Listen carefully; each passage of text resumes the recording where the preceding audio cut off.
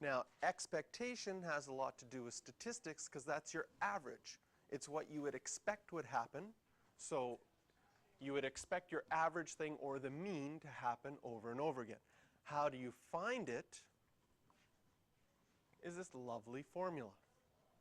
The sum of all x times the probability of x equals x. So it's kind of like our frequency charts from before.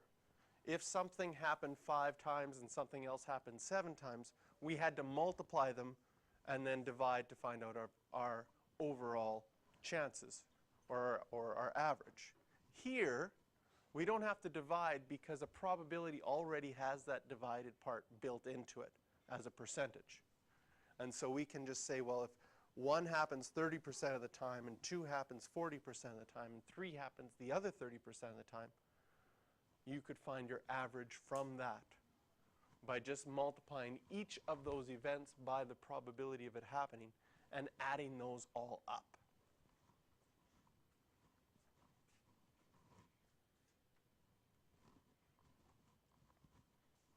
So here's our first example. We have a random variable x with probability distribution put there. 1 happens 1 out of 10 times, 2, 2 out of 10, 3, 3 out of 10, and 4, 4 out of 10 times. Our expected value, which we show with an e of x, well, the 1 happens 1/10, the 2 happens 2/10, the 3 happens 3/10, and the 4 happens 4/10. Multiply all of those out and add them up.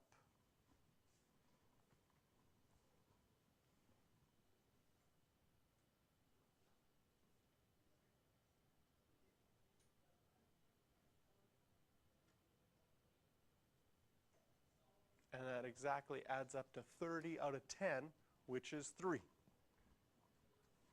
So your average is 3.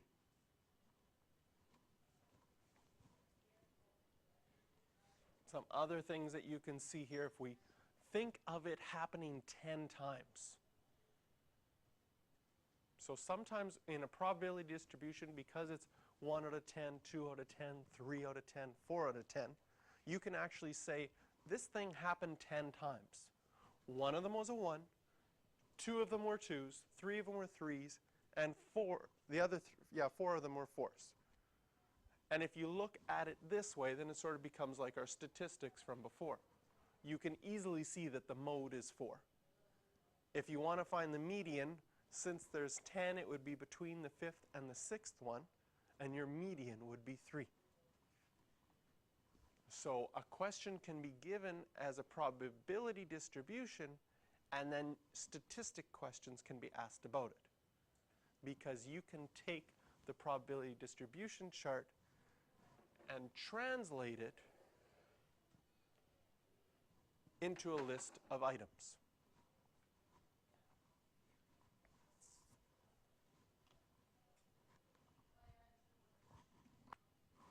So here we're just rolling a regular die once. So your sample space is just 1, 2, 3, 4, 5, and 6. What could you expect to roll? Well, since they're all equal, you have a 1 out of 6 chance for a 1, a 1 out of 6 chance for a 2, a 1 out of 6 chance for a 3, 1 out of 6 for 4, and 1 out of 6 for 5, and 1 out of 6 for 6.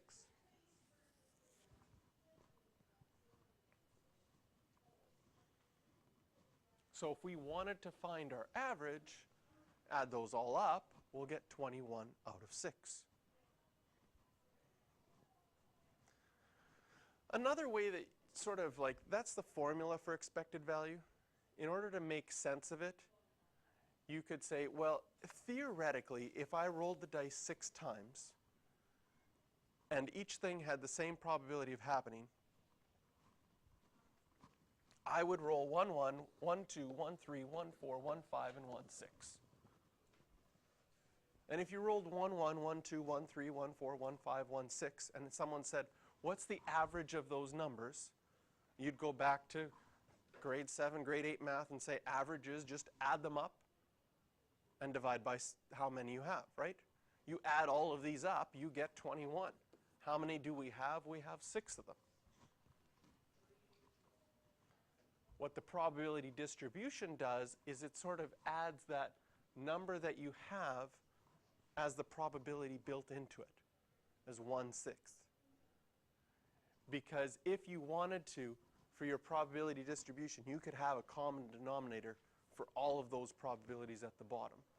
And that would sort of say you did it 6 times, or you did it 24 times, or the one example that we had before where it was a 64 on the bottom. That would be like you did the experiment 64 times, and your results were given.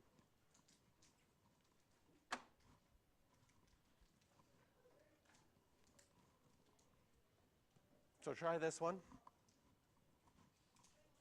These ones don't have a common denominator right now, but you could get a common denominator of 30. And imagine this experiment happening 30 times.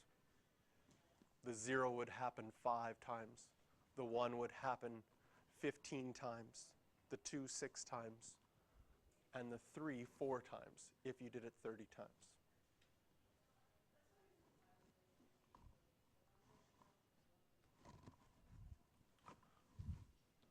All right, how did you do? Did you come up with 1.3?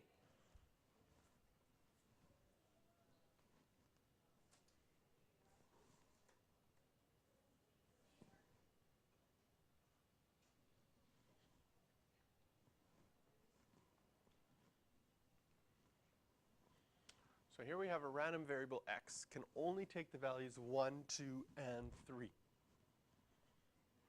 Given the value 3 is twice as likely of each of the values of 1 and 2, and the values of 1 and 2 are equally likely, which is kind of implied by the last sentence, draw a table of possibilities of x together with probability of x equals x. So draw your probability distribution.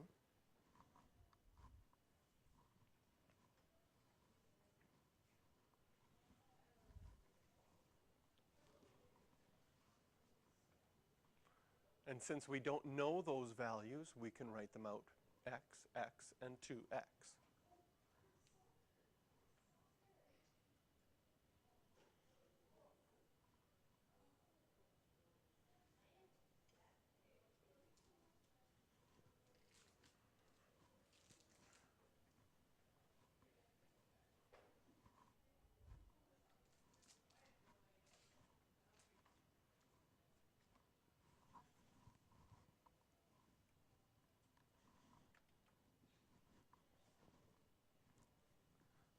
So this question is combining what we're learning right now, where we want to find the expectation, but we don't know what any of these numbers are. How can we find out what these numbers are? Well, they all have to add up to 1. That's what we were looking at before. So you find out that little x here has to be 1/4.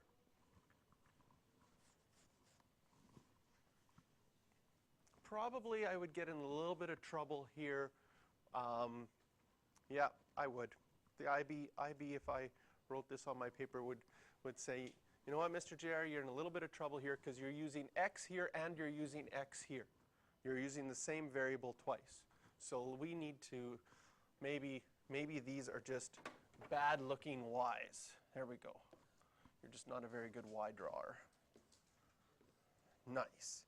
And then you can solve that for y's, that y is equal to 1/4. Because technically you shouldn't use in any question the same variable to represent different things. And the little x is representing 1, 2, and 3, so we shouldn't make x equal to 1/4. We should make it a different variable. But now that we've figured out those probabilities are 1/4, those are ugly y's, we can find the expectation.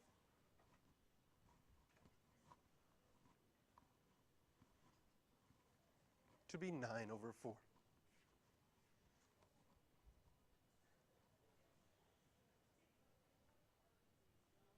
So your goal before the end of the class today from probability distributions is to have memorized that they always add up to 1, and have this expectation idea memorized, that you're just multiplying to find the expectation, the value times the probability for each.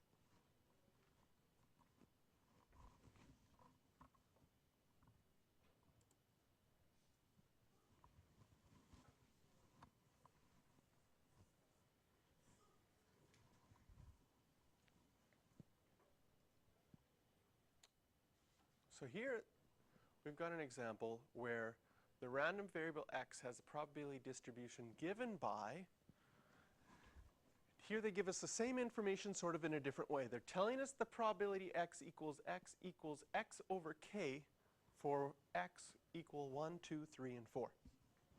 So when we can set up our chart based on that, we know that the little x can be 1, 2, 3, and 4, and the probability of them is always x over k. So when x is 1, it would be 1 over k. When x is 2, it would be 2 over k. When x is 3, it would be 3 over k. And x is 4, it would be 4 over k. So we have our two main things memorized about probability distributions, how to find expectations, and that it always adds up to 1. So when they say find the constant k, even though this is a new question and the format's a little bit different, you trigger yourself to say, I know that adds up to 1. Does that something that helps me? And in this case, it will. You know that that probability has to add up to 1. So you create an equation. They have a common denominator in all those fractions of k. So you can add them up. 10 over k equals 1. So you multiply both sides of your equation by k, and you get k is equal to 10.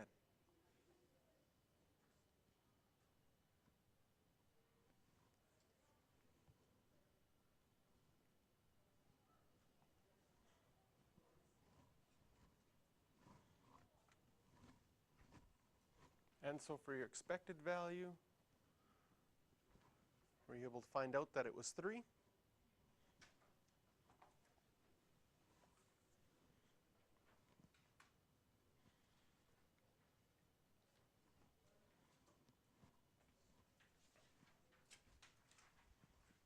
Oh, I love these kind of games, because we can create games to make money or to lose money. And if you create a game that your friends get the feeling that they're going to make money, but they actually lose money, then you can make a lot of money and lose a lot of friends. Which I'm not sure if that's a good thing or not. So here you got a game. It costs you $5 to play. You spin the spinner once, and you either win $15, win $10, win $1, or lose another $9. See, it's a little bit deceptive, because the way that we have it set up, it looks like you win 3 out of 4 times. If they forget they already paid you $5. But in reality, they lose both at the -9, big time, and at the 1, because they've already spent $5.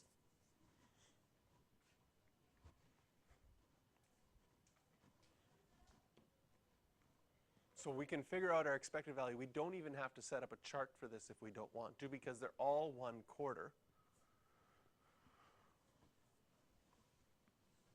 We have those 4 things happening. The chances of getting the 10 are 1/4, but you'd have to subtract $5 because you've already spent that. 15, you'd have to subtract $5. 1, you'd have to subtract $5. And the 9, when you subtract $5, becomes -14.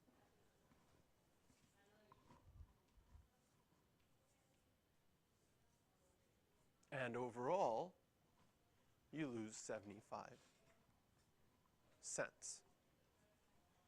Not too bad. Again, another way of looking at a question like this is you look at how many times would you have to play this game to get every single possibility? Theoretically, 4 times, right?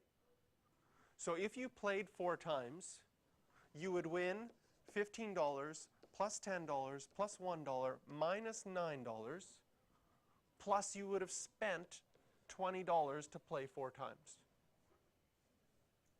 Overall, when you add that all up, 15 plus 10 is 25, minus 29 is, oh, I forgot the plus 1, right? There it is. There it is. There we go.